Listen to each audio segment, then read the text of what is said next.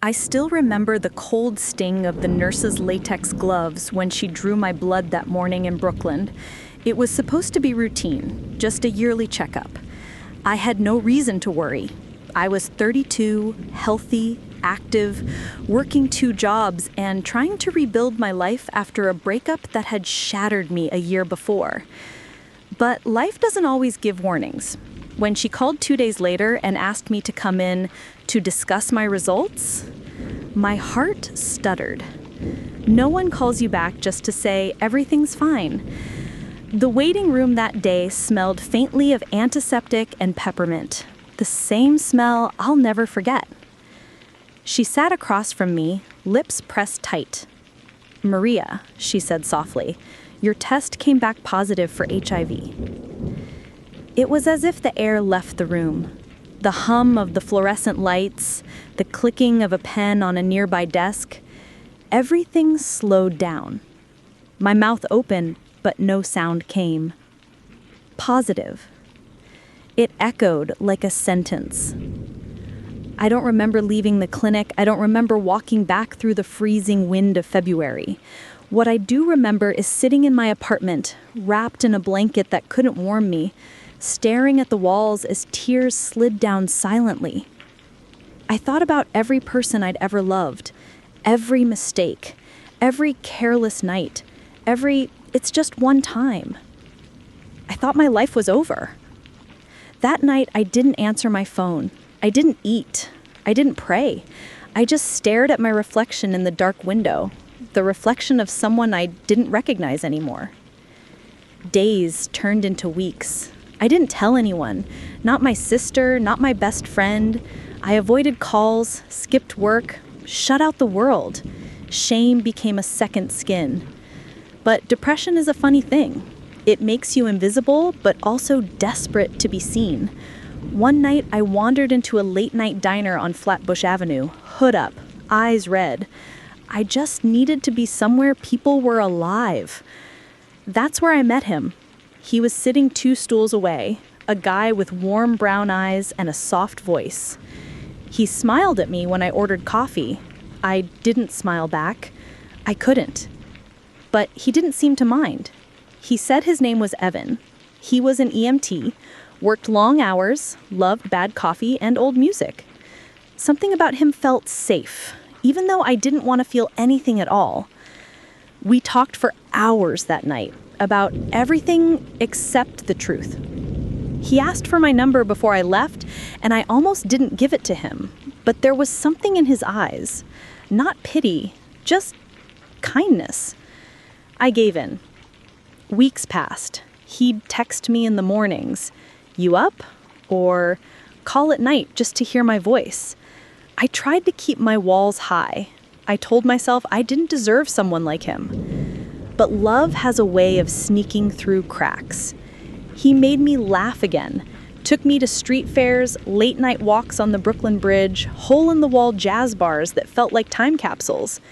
For the first time since my diagnosis, I forgot I was sick. And then one night, sitting on his fire escape, with the city glittering below us, he leaned in and kissed me. I froze. The truth clawed at my throat. I pulled away. "Evan, I can't do this." He looked confused. Did I do something wrong? My eyes filled with tears. "No, you didn't. I did." And I told him everything. The words spilled out between sobs, the diagnosis, the fear, the self-hatred. I waited for the disgust, the retreat, the silence. But he didn't move. He just reached for my hand. He said, "I've seen worse. You're still you." I couldn't breathe. He looked straight into my soul. "Maria, you're not a virus. You're a person. You're allowed to be loved." That night, something inside me cracked open. For the first time, I didn't feel broken. The months that followed were not easy. The medications, the doctor's visits, the side effects, the constant reminders, but Evan never left. He learned everything he could, came to appointments with me, asked questions, and held me through nights of fever and fear. When I told him I was terrified of infecting him, he smiled. "We'll be careful. Science is on our side. And so is love." He made living feel possible again. We traveled, danced, argued, dreamed.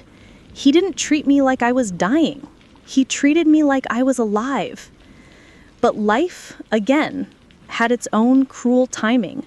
3 years later, Evan was the one lying in a hospital bed. A car accident, late night shift, another driver ran a red light. He didn't make it. When the doctor told me, I didn't scream. I just went still. All the noise of the world gone. Just silence and the echo of his laugh in my mind.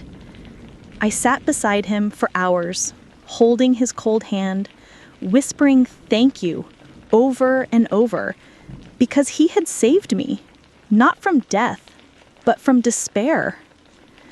That was 5 years ago. I'm 40 now, still living in New York, still HIV positive, still here. Some days are heavy. Some nights I still cry when I see couples holding hands in the street. But I also smile, because once upon a time, I had love that was pure enough to heal even what the world called incurable. Evan taught me that survival isn't just about living.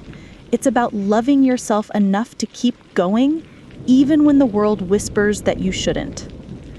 When I speak at clinics now to women just like me, terrified, trembling, ashamed, I tell them this: your diagnosis is not your identity.